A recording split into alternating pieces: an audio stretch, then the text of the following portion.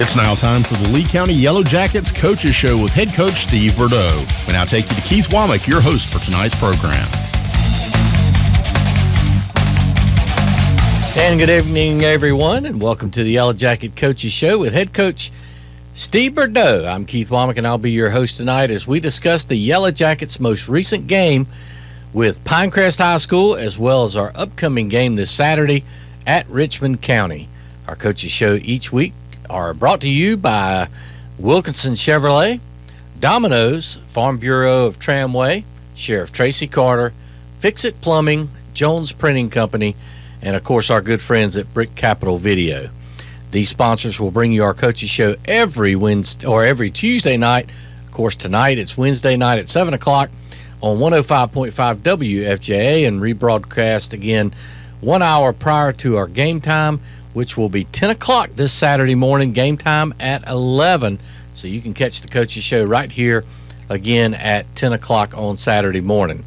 We're going to take a short break and hear from some of our great sponsors. We'll be right back with head coach Steve Bordeaux right after these messages. Coaches Show sponsors: Wilkinson Chevrolet,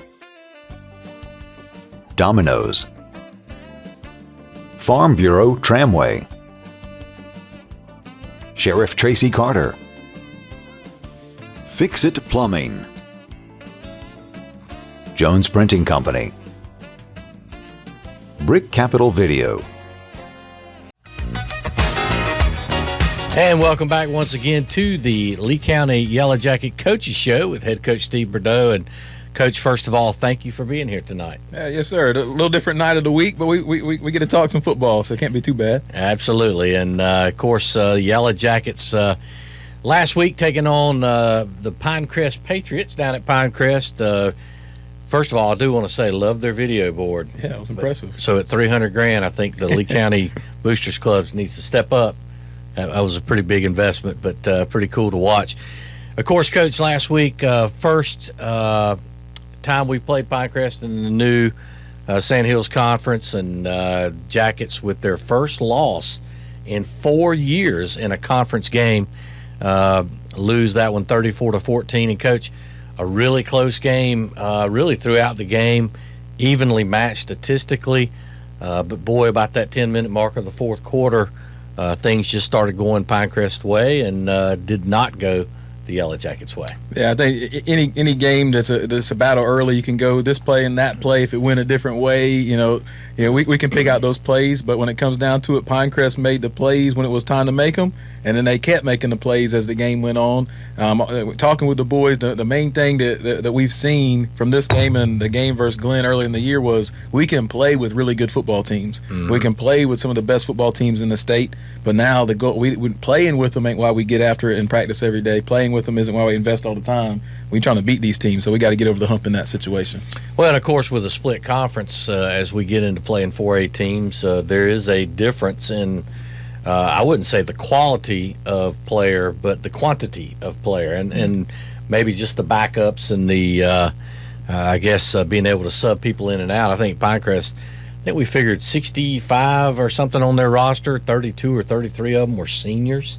And, of course, Lee County with around, 40 on our roster. Of course, we'll have more than that when we can bring some JVs up, which will make us give us a little bit of depth there. But, it made you think about, as the game wore on, how would we fare in that fourth quarter.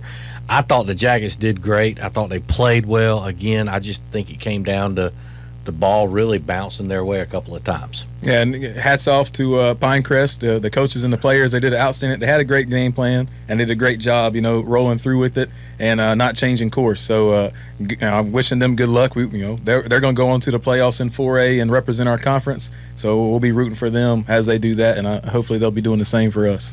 Well, Coach, in the first half, not a lot of difference between the Jackets and the Patriots. 229 yards for Pinecrest, 216 yards of offense for the Yellow Jackets. And really, if not for an offsides call, would have been 14-14 at the half. They did go down and got the long field goal. By the way, they've got an excellent kicker.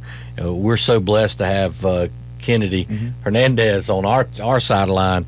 But boy, their kicker has got some leg. But anyway, with that being said, he did kick a nice field goal right there before the half. Patriots led 17-14, and I thought at that point it was anybody's game.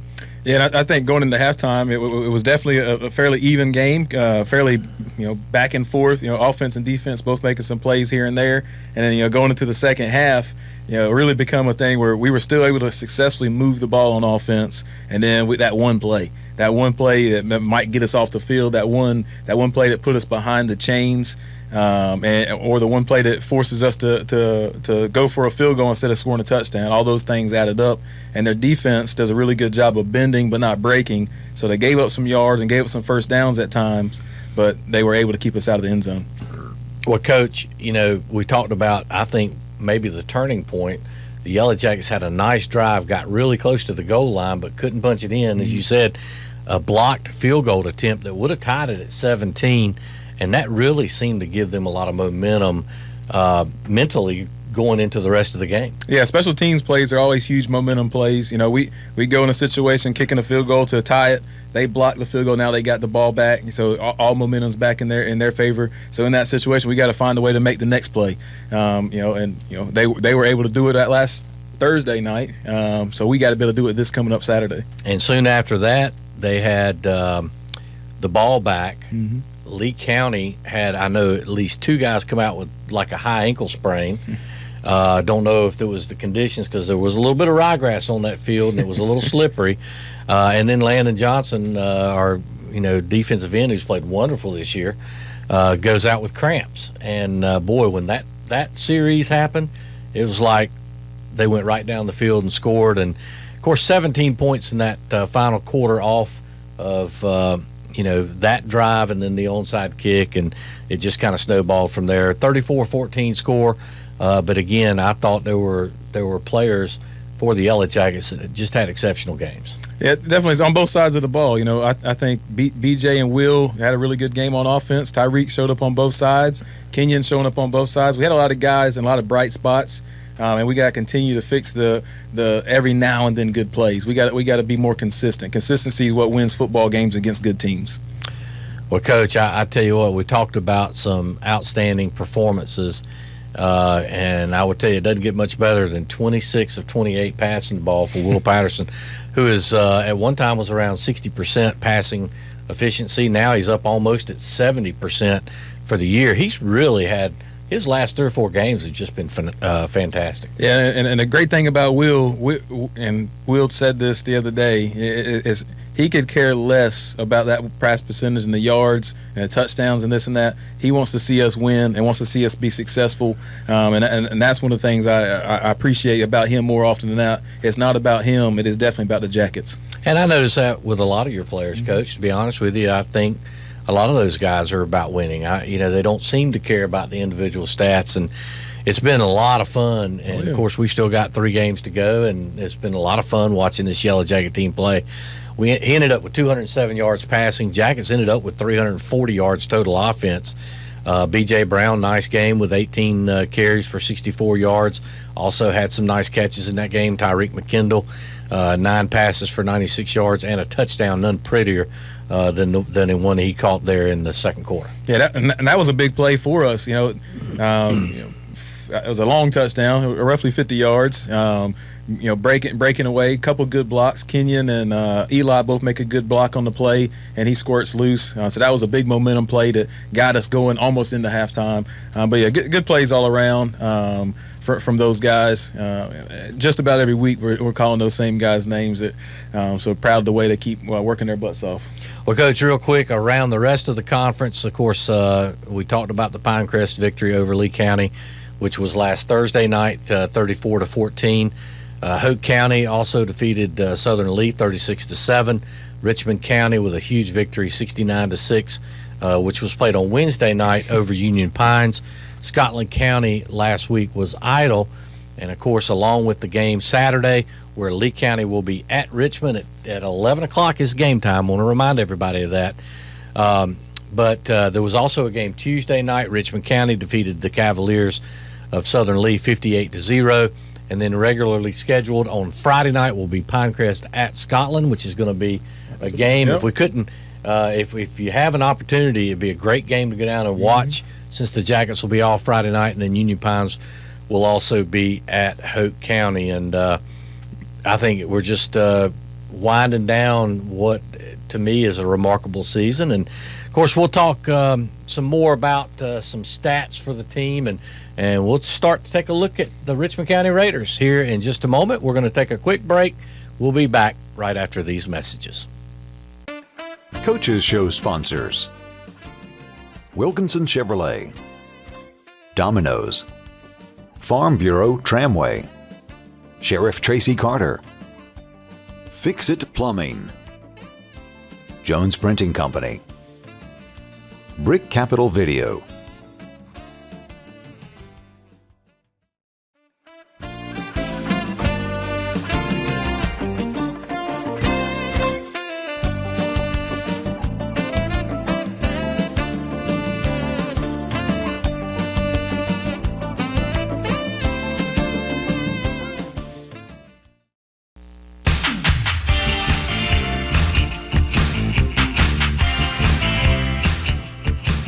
And welcome back to the Yellow Jacket Coaches Show with head coach Steve Bordeaux. I'm your host, Keith Womack. And, of course, Coach, always a joy to be here with you and kind of talk about the things that have gone on in the past week. And, of course, looking ahead to tonight's game. And, of course, it will be, or actually not tonight's game, Saturday's game, will be Richmond County coming in at 6-1 and 4-0 in the conference.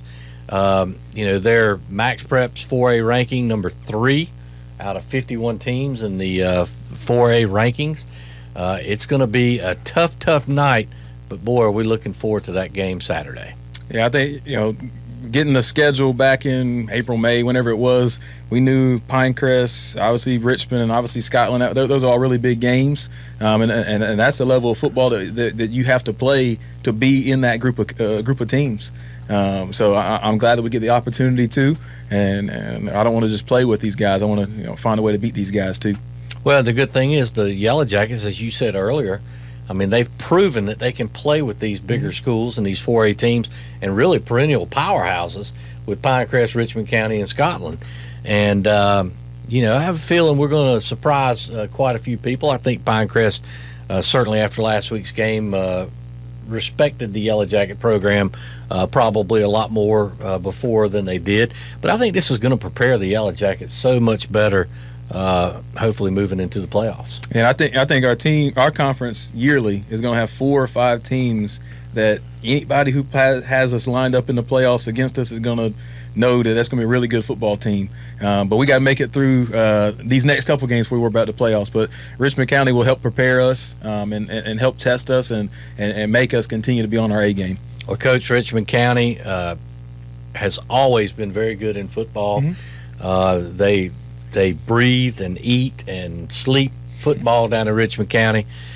And, of course, we know this team is going to be big. They're going to be physical, and they're very good defensively. And very similar to Pinecrest last week, 63 on the roster, 26 of those seniors. So they're going to be experienced, they're going to be deep, and they're going to be big and physical. Yeah, definitely. So I think that's good descriptive words of Richmond, and they got 26 seniors and about 25 coaches that help coach those players. So we'll be outnumbered in a couple different things, but when it comes down to it, whether you play on Friday night, Saturday night, Tuesday, Thursday, where everybody's playing the same night, everybody's playing with the same type of football and the same rules. So we got to line up and play ball. And it will be 11 on 11. It'll be 11 on 11. Yeah, no red cards in football. There'll only be 22 players with helmets on the field.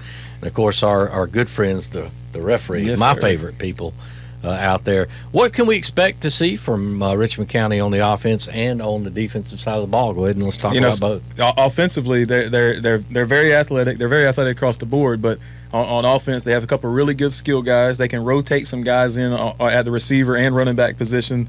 They have the big offensive linemen that move people out the way, and then really a lot of it runs through the quarterback. The quarterback's a really, really good player. He can sling the ball around. He can create things with his legs and sling the ball around, or he can just throw it.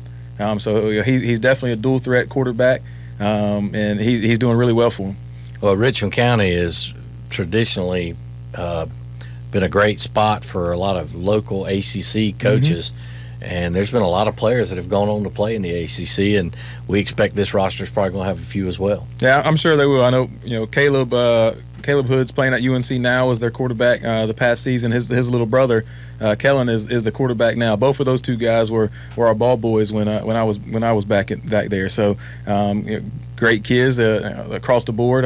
Some of the boys that will be playing were probably little brothers of the kids that I had opportunity to coach. So it'll be fun getting an opportunity to coach against them. So we'll be a homecoming of sorts for Coach Purdue. I don't know about that. My home's in Lee County, so there you go. I like that answer. So on the offensive side of the ball, what type of offense will they run? So offensively, there'll be a spread team that will run some option. So some option principles and some similarities to some of the things that we do. And on the defensive side, pretty much just line up and hit you face to face. Different weeks they've done different things, but they're aggressive on defense. They will bring some pressure. They have no problem lining up to play man coverage in the secondary and say that we got really good athletes. You're gonna have to beat us. So they're an aggressive style defense, and on special teams they have a kicker that can really kick the thing. Yeah, I was gonna say from everything we've seen, they've actually got a really nice kicker and a younger kicker that can come in and do just as well. And so it's going to be a great game. Again, Richmond County, one of those teams you want to play, you want to hang with. But, Coach, at the end of the day, you want to beat them. Oh, definitely so. So that's why we practice. That's why we work in the offseason to beat teams like Pinecrest, like Richmond County, like the teams we get a chance to play with in our conference to prepare us to keep playing throughout the rest of the season. And just as a reminder, with this stretch we're talking about, of course, Pinecrest last week, we've got Richmond County on Saturday, and then we'll be back to it on business as usual on Friday when we'll host Scotland County. Yes, sir. And then, of course, our final game of the season will be at Southern Lee, so not much of an away game, but one of those crosstown rivals that everybody looks forward to. Coach, when we go back and we think about statistically how the game went last week for the Yellow Jackets, we had some outstanding performers, and one of the things that John and I get to do that's so much fun is sponsored from the Norman Financial Group, great sponsors of the Yellow Jacket Coaches Show. They allow us to pick an offensive and defensive player of the game, and of course John and I conferred about that Thursday night after the game. Gave you the answer, so let's go ahead and introduce now. I guess we'll start with our defensive player of the game for the Yellow Jackets. Yeah, defensive player of the game was Landon Johnson, and Landon's probably a guy that's when y'all talking up there after the game making that decision, probably always in the discussion. Landon lives in the backfield. Landon helps call the front. Landon understands as a defensive lineman the whole defense, which is pretty impressive. He's a really smart kid, and he's working his butt off. I'm proud of Landon and all he's doing for us. And our offensive player of the game, Coach, had a heck of a game. We talked about statistically already, but 26 of 28, 207 yards. Didn't make any mistakes. I just thought he played one heck of a game. Yeah, Will, still improving. As a senior who's played a lot of football games, won a lot of football games for us, still getting better and better. And I talked about earlier, just as proud as we are of those stats, proud of that he don't care about those stats and wants to win. Well, Coach, thanks again to our sponsors, the Norman Financial Group, for our offensive and defensive players of the game. We also have another great sponsor, which is Wilkinson Chevrolet, located down on 87 South, like you're going toward Fayetteville. And they give us an opportunity to have an overall player of the game, which you and your coaching staff pick after reviewing the film. And your player of the game from the Pinecrest game was? We went with B.J. Brown. B.J. every week he's gotten better. He's still a really young football player, only getting to play one game in the spring.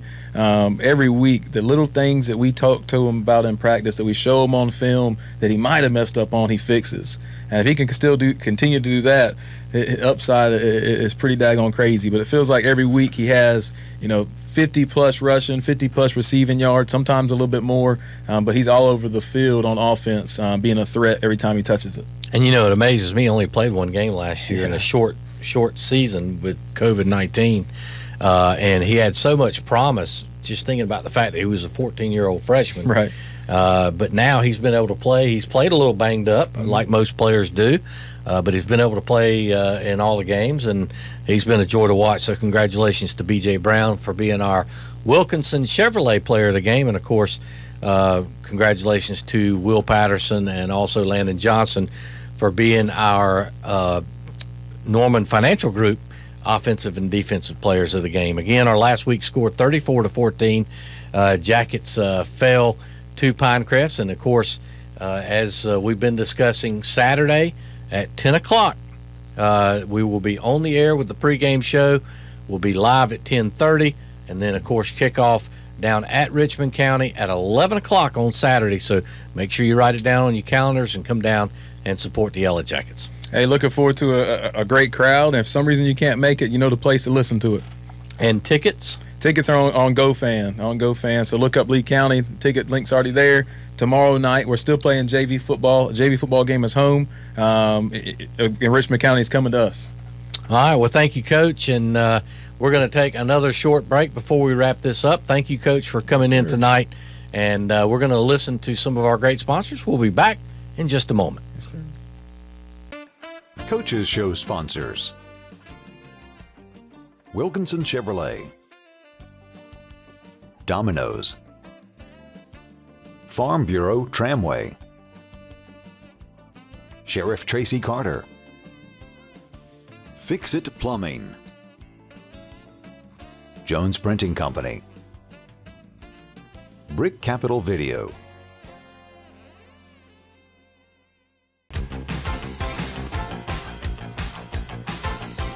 And welcome back to the Yellow Jacket pregame show and our coaches show with head coach Steve Bordeaux. And, of course, again, Coach, thank you for coming in and sharing your wealth of knowledge about Yellow Jacket football with our folks tonight. Yes, sir. Hopefully we can show some on Saturday, too. Of course, we'd like to remind you to join us Saturday morning at 10 o'clock on 105.5 WFJA prior to our game. And, of course, the game is at 11 o'clock at Richmond County. Our coaches show will be posted on the WFJA website and the WFJA Facebook page tomorrow by noon. We'll also invite you to watch and share this week's show.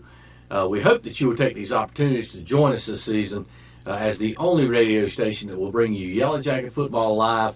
As it happens, we're very proud to bring that to you. We'd also like to remind you to check out the WFJA website. Go to sports, then high school football. You'll see your choice of pages that includes the results page with the complete game articles posted probably Saturday afternoon since we've got an early game.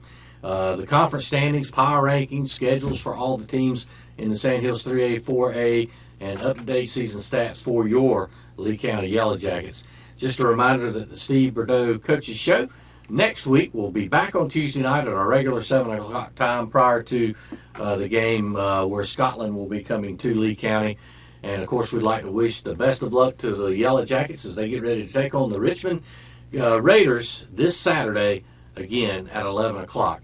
We'd like to thank all of our sponsors for bringing you the show tonight. Of course, it's Wilkinson Chevrolet, Domino's, Farm Bureau of Tramway, Sheriff Tracy Carter, Jones Printing Company, Fix It Plumbing, and our good friend Terry from Brick Capital Video. And we thank you for listening to WFJA Sports. So let's get ready, Yellow Jacket fans. It's time once again for Yellow Jacket football.